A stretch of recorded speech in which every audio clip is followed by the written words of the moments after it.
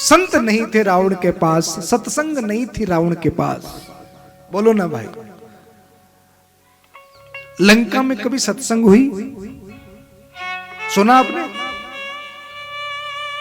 आपने सुना कभी मथुरा में कंस के समय में सत्संग हुई, कथा हुई?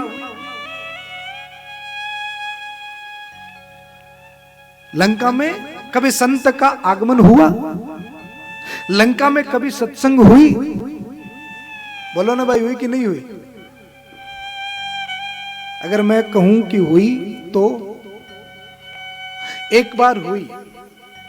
लंका में एक बार एक संत का आगमन हुआ और एक बार लंका में सत्संग भी हुई। किसने की? रावण के छोटे भ्राता हैं, क्या नाम है? बोलो ना, विभीषण। तो विभीषण ने एक बार सत्संग की। रावण में, लंका में एक संत का आगमन हुआ। अब मोहि भा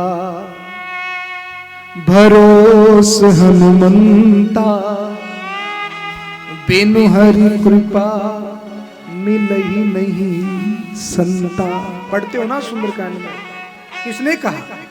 विभीषण ने कहा। किससे कहा?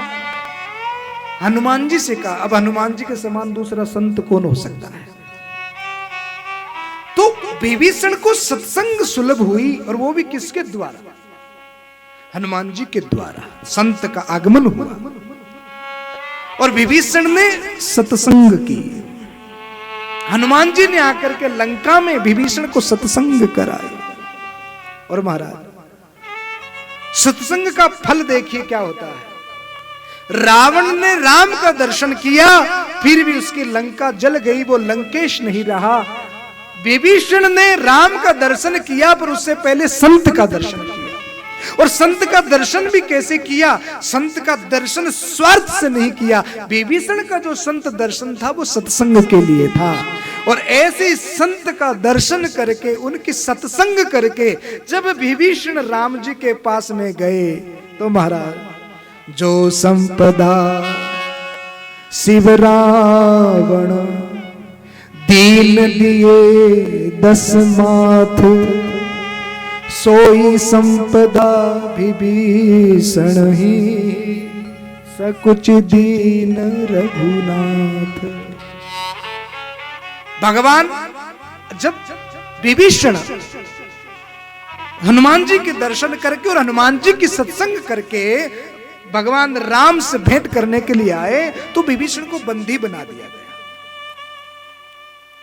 बंदी बना दिया गया, हाथ पांव उसके बांध दिए गए, पर उसकी वाणी जो थी वो खुली थी।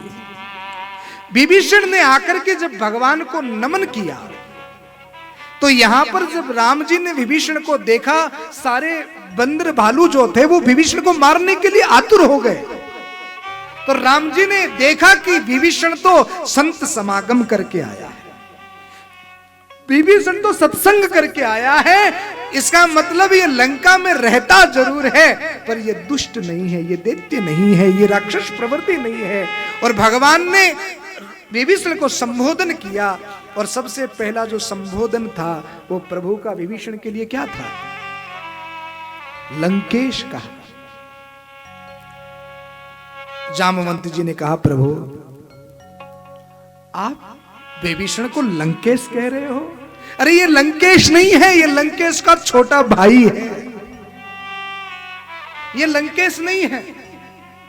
राम जी ने विभीषण से कहा, कह लंकेश कवन परिवारा, कुशल कुठार बास तुम्हारा। ये चौपाई है रामचरितमानस। श्री विभीषण को कहा, कह लंकेश कवन परिवारा। हालचाल प्रभु ने पूछा, बताओ विभीषण तुम्हारा परिवार कैसा है, कहो लंकेश। अरे प्रभु ये लंकेश नहीं है।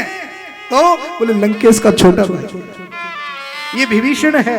राम जी ने कहा, प्रभु हमने तो इसको लंकेश कह दिया, और हमने अब इसको जब लंकेश कह दिया तो मानो भविष्य में यही लंकेश बनने वाला है।